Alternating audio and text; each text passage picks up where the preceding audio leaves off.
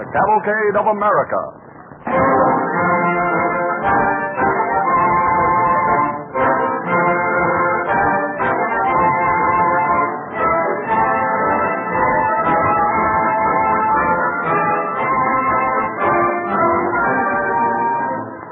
The Cavalcade of America, presented by DuPont, tells how our nation has won leadership in many fields. Important among these is chemistry. Chemical research, by developing new uses for the raw materials from American farms and mines and forests, has created a great variety of products that contribute daily to your comfort and convenience. If you're interested in chemistry, you'll find something of value in a booklet we have just prepared called The Kinship of DuPont Products. With this booklet is included a 13-color chemical chart which illustrates the interesting interrelationship of DuPont products. A copy may be obtained free of charge by writing DuPont, Wilmington, Delaware. We shall have more to tell you about this booklet and chart at the close of the program.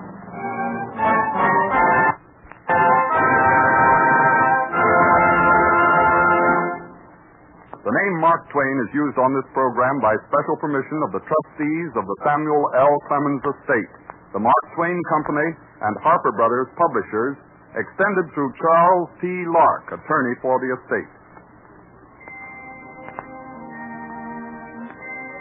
Our DuPont Cavalcade Orchestra sets our scene with two movements from Ferdy Groffe's Mississippi Suite, Father of Waters and Huckleberry Finn.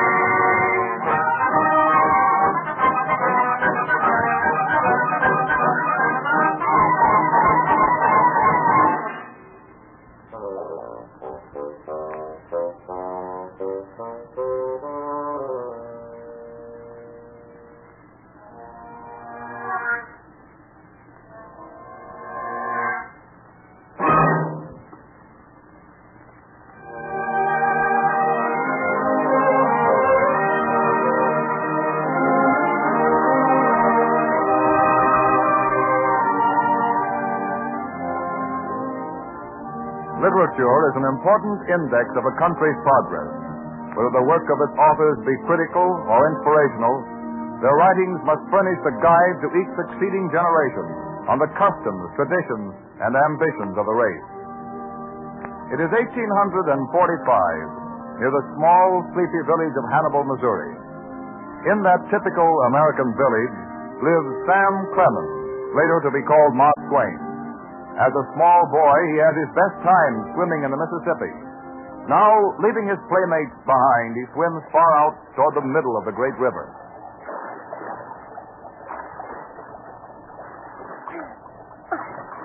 Good old Mississippi. Hey, Johnny! Johnny, swim out here! Sam! You come on back closer to shore! Suppose you got a cramp!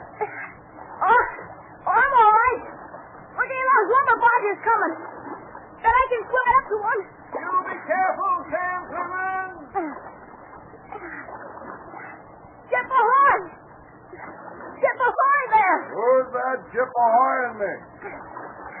Hey, Mr. Lumberman! I'm getting tired. Grab a hold of the barge as I come by. That's right. Say, you're a scrap to be swimming out in the middle of the Mississippi. I'm not so little. Here, grab my hand and I'll hoist you aboard. I got it. Up the daisy. There you are. Well, there ain't enough of you to make a tadpole. Oh, there is, too. I'm going on 10. Hey, feel fine up on this barge. Look at how we sweep along the water. Ain't you never been in a boat before, son? Not on a big one that could sweep along with the cart like this. Gee whiz, Johnny's way back there. You see that point of land ahead? We're sweeping in close to it, and you jump off there and swim. I'm only carry you clear to Nolan. Hey, can't I stay on your barge a little longer, mister? Don't think you'd better, son. Sure got spunk, though. Why don't you get a barge of your own? Oh, me? You're going to grow up someday, ain't you? Yeah, I reckon I am. But I always thought I'd like to be a pirate. Pirates is getting scarcer than hen's teeth, son. You better be a reverend. Yeah. Guess maybe I will, mister. Sure like this old Mississippi. Well, now, let's see you swim to that point. Bet you can't make it before I'm up even that cliff ahead. Oh, that's easy. Thanks for the ride, mister. So long. So long. Mighty spunky kid.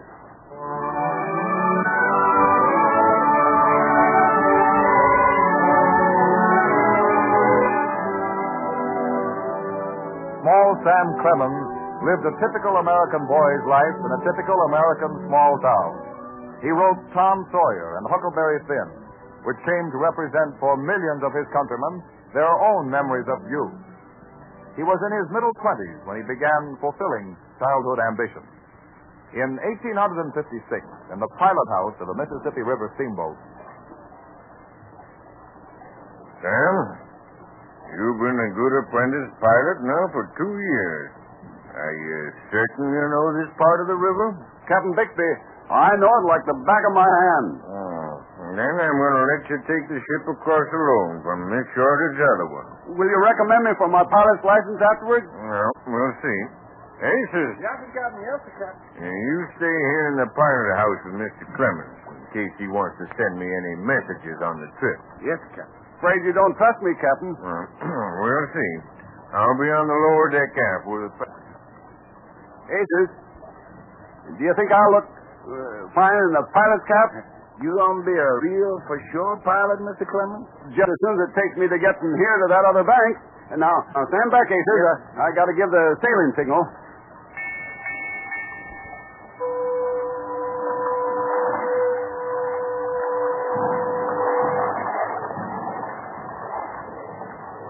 We getting off smooth. Sure wish I was going to be a river captain. Oh, watch how I steer, and that'll be lesson 1 for you, Aces. Say, why doesn't that leadsman up in front take a sounding? Well, I thought you knowed all the depths in this river, Mr. Clemens. Sure, I know the depths myself, but I just like to hear him call them. Give me the sounding. Mark Twain. Mark Twain. Let's see, that means 2 fathoms, 12 feet. What? Why, it ought to be 40 feet right here. Don't get excited, Mr. Clemens. Yes, but what's the matter? Has the bottom shifted? It couldn't have since I was over it last. The leadsman on the port side now going to give a sound, and maybe that'll be better. 4 feet? Oh, my heavens, we'll be aground. Got the ship. Oh, it's too late. Run for Captain Bixby. What's the matter, Sam? Little trouble here? Oh, we were heading for a bank, Captain, but now we're sailing right on. Well, how deep ought it to be right here? 80 feet.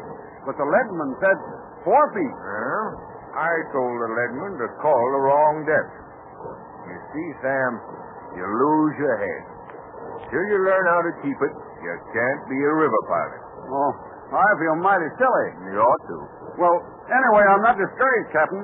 I know every inch of this river. All I got to do now is know my own mind.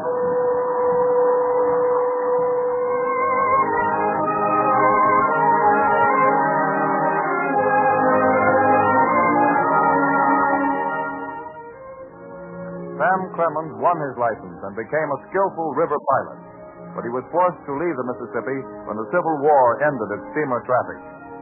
In 1861, in Virginia City, Nevada, Sam Clemens stands politely at the door of Mr. Goodman, editor of Virginia City's newspaper. Mr. Goodman? Oh, hello there, stranger. What do you want? I've been walking about 60 miles to get here, covered with dust. Reckon the first thing I want's a brush. Brush, eh? Yeah. Well, I guess you can use ours. Hanging right beside you on the wall. Oh, thanks a lot.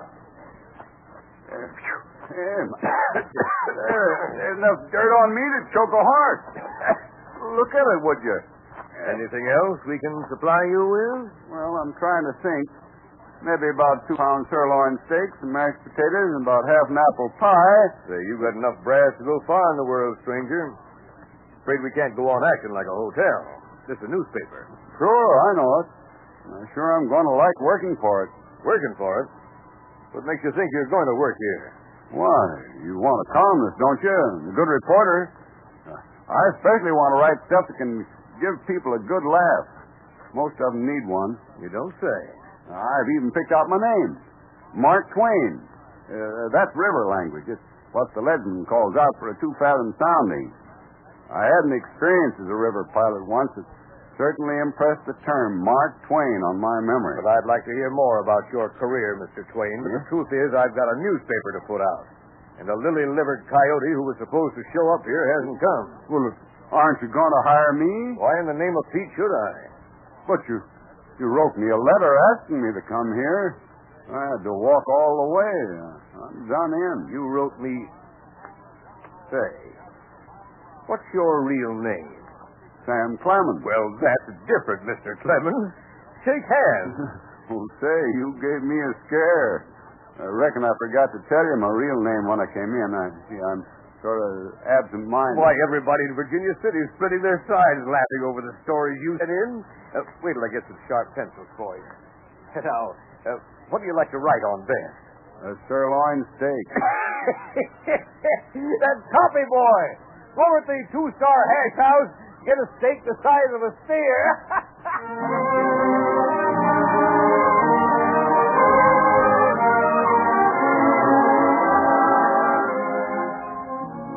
Thus, young Sam Clemens became Mark Twain writer. Americans were to appreciate the privilege of seeing their booming West through such a book as Roughing It.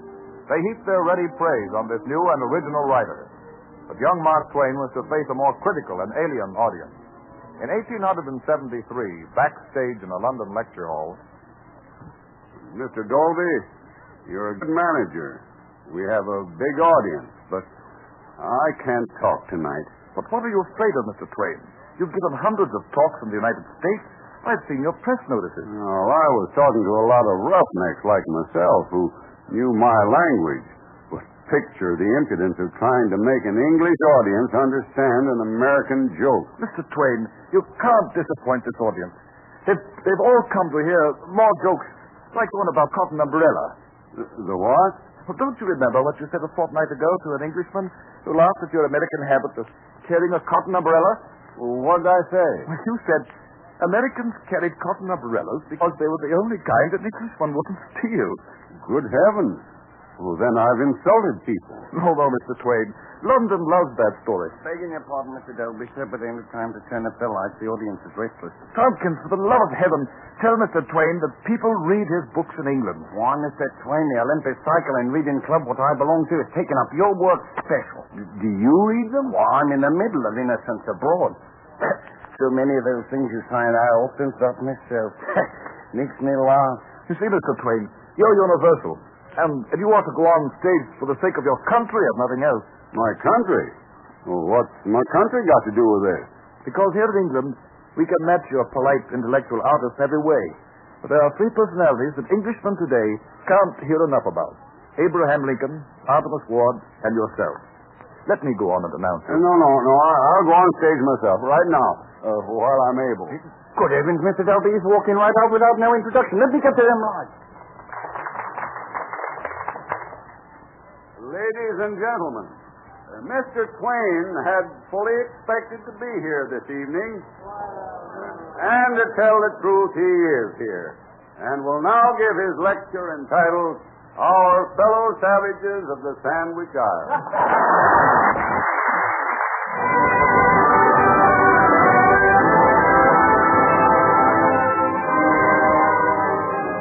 Mark Twain brought to Americans a better knowledge of their country. In England, in Europe, and even in the distant Orient, his books, or translations of them, brought a better understanding of American ways to her neighbors.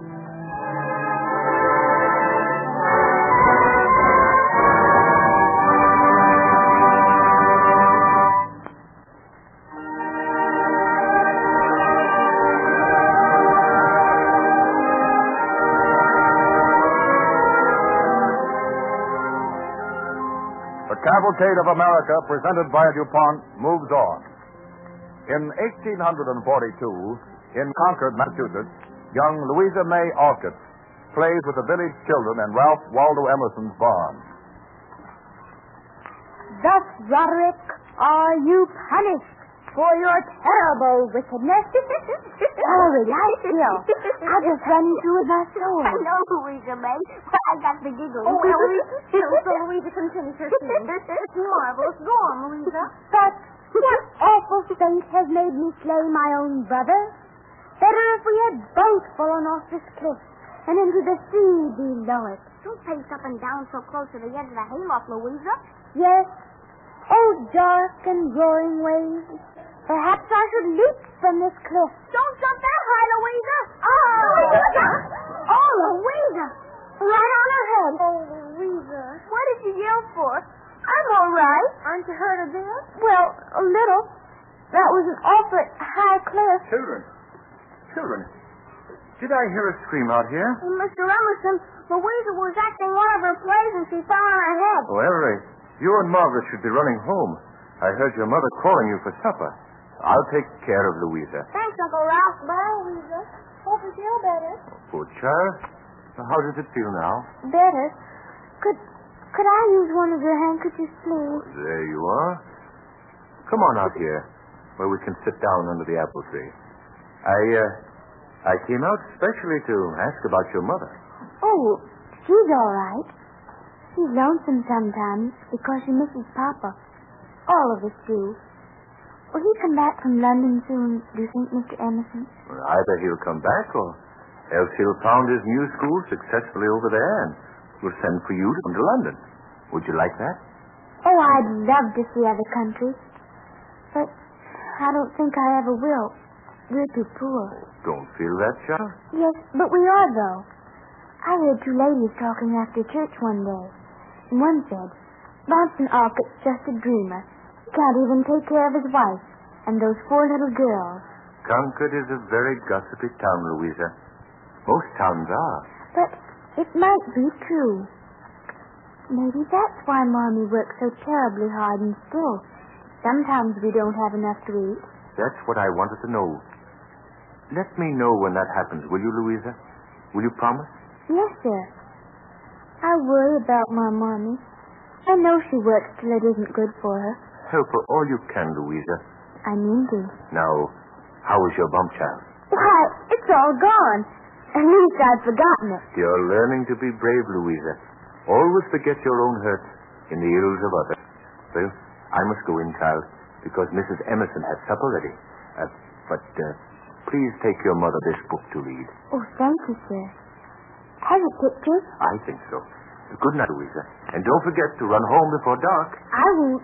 Louisa! There's your sister Anna calling. Good night, Louisa. Louisa! Good night. Louisa! Oh, here you are. Mama's just supper time. What are you staring at? Mr. Emerson put a $10 note for us in this book. Oh, Anna, isn't he a good man?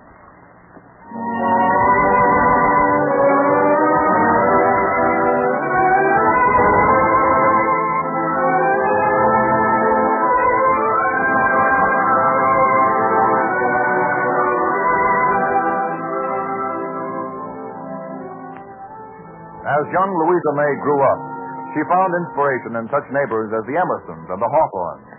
At 19, she sold her first story for $5. But her writing had to be interspersed with other work, as a paid companion, as a governess, and as a seamstress. One particularly hard winter, when Mrs. Alcott, Louisa May, and her younger sister Betty had gone to live in Boston, in the front room of their small flat, Louisa finishes a fitting for one of her dressmaking customers. I hope you surely have my dress finished by Thursday, Miss Hawkins. Sometimes you're slow. I know, Mrs. Sanford. Mother's faster. I'll ask her to help me with it. Well, just so it's in some shape to wear. Where did I put that magazine I was carrying? Why, here it is, under your veil. Oh, what's the matter? You jumped like it fits you. Oh, nothing, but... Well, I have a story in this magazine. A story? You? Yes, I sometimes write silly little things. But this is a continued story. See? Here it is. Why, I don't believe it. Well, I didn't mean to talk about it. I'm not proud of it, goodness knows. But here's the next chapter I'm just writing. Let me see. Why, Miss Alcott, I never dreamed. Oh, I adore this story. If this is really the next chapter, could I take it home? Oh, I'm afraid not, Mrs. Sanford. I have to send it in tomorrow. Why, too amazing. My own dressmaker. Well, I don't see how you get into it. Well, I think up the plots while I'm sewing, and then I write on Saturdays and Sundays. You want to give all your time to writing? Sometime when I have money enough, I will. Oh, you want the dress by Thursday. I'll remember. Oh, not if it puts you out too much. I mean, I am more anxious to find out what happens to your splendid hero. He's too divine. Good day, Miss Alcott. Don't work too hard. Good day, Mrs. Sanford. Louisa. Oh. Louisa. Wait a minute, Betty. I'll be right in, dear. Betty, what do you think? I've met my public at last. It's that big fat Mrs. Sanford. She thinks my type is too divine. Betty, what's the matter? Oh, I got into bed because I felt weak again. Oh, Don't look so scared, dearest. but you've been crying. Why, Betty? Because I couldn't fix supper for you and Mommy. Oh, Betty, why, Mother and I are both as strong as horses. We can fix our own meals. It's wicked for you to cry about such nonsense. It's only lately I've grieved that I couldn't have done more to help. When I'm gone... Gone? Oh, I didn't mean to say that. But you know how you were always lining us up and making us promise to look after Mommy. Louisa, I'm missing my share of that promise back to you. I'll keep it, dear.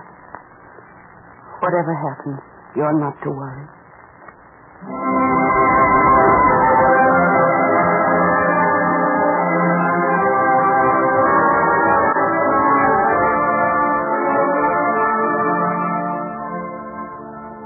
Betty Alcott died, and Louisa grieved deeply. But personal sorrow, poverty, and unceasing hard work never dimmed for Louisa Alcott the goal she had set herself to attain. In 1868, in the Alcott's living room at Concord, young Julian Hawthorne, son of the famous novelist, May Alcott, and her older sister Louisa talked together. May is speaking. Oh, Louisa's turned intellectual. All she does is scribble, scribble, scribble. Is this the manuscript? Let me see it. Oh, now put that down, Julian. let me look at it. Do you nose around your father's manuscripts and read what he's written? Say, you're developing a temper. Oh. Isn't she pretty when she blushes? Please, Julian. If you'll put that manuscript down, I'll tell you why I'm so concerned about it. I'm waiting for a letter from the publisher I sent it to. You've sent it already? And you never told us. Oh, Mommy. Oh, Mommy knows it. She's the only one I have told. Oh, Louisa, you'll be famous someday, I'm sure. Look here, here's a good scene about a picnic. It sounds just like the picnics we've had in Concord. What are you going to call it, Louisa? Little Women. Little Women? Louisa? Oh, yes, Mother. A letter for you from Boston, dear. Is it the letter? Perhaps it just opens upstairs, huh? Oh, I've told May and Julian about it, Mommy. I may as well open it here. Louisa, don't be too disappointed. Read it, Louisa. What do you think? Wait a minute. He thinks the opening chapters are dull. Well, so do I. But he thinks it seems wholesome. A good girl's book. He's taken it. Oh, she'll publish it. Oh, I'm so glad. Congratulations, Arthur. My dear, you don't need to be told how glad your mother is. And the best part of it's knowing you've done it all yourself. Oh, no, Mommy. You've helped. And May. And Betty. And everyone. Because all of us have lived this book. If it succeeds, that will be the reason why.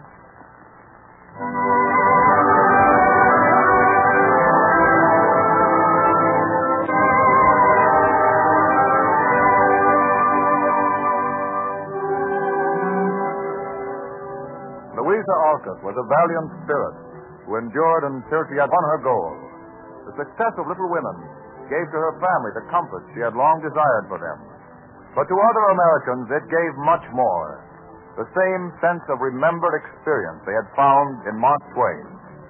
The lasting fame of our popular authors testifies to the honored place of literature in the Cavalcade of America.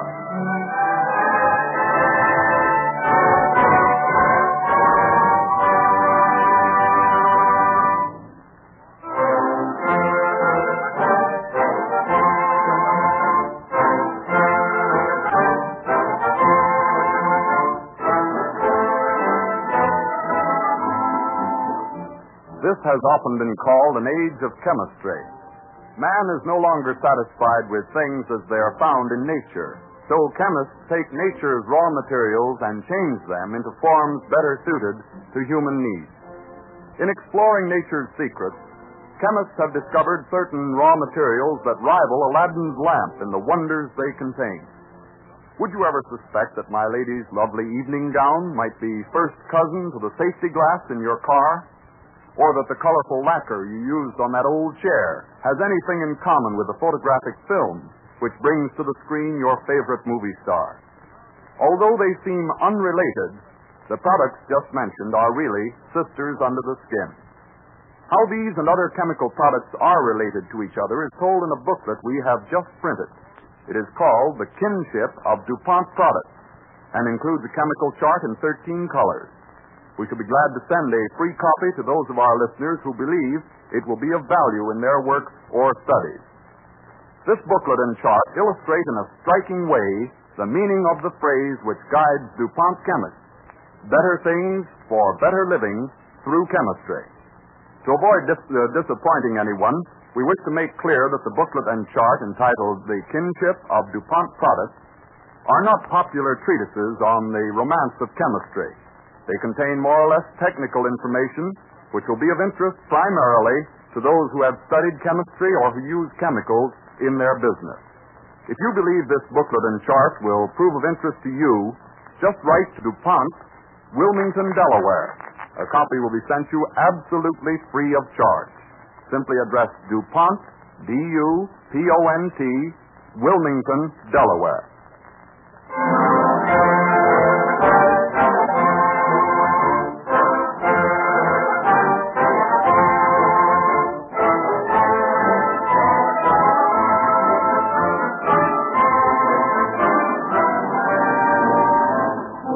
Opportunity, a subject which includes some interesting stories of Benjamin Franklin, will be the title of the broadcast next week at this same time, when DuPont again presents The Cavalcade of America.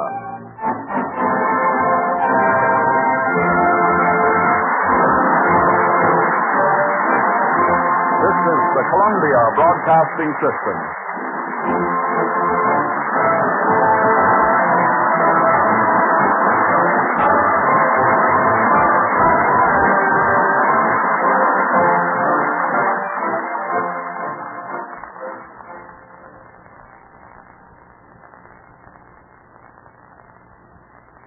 WABC, New York.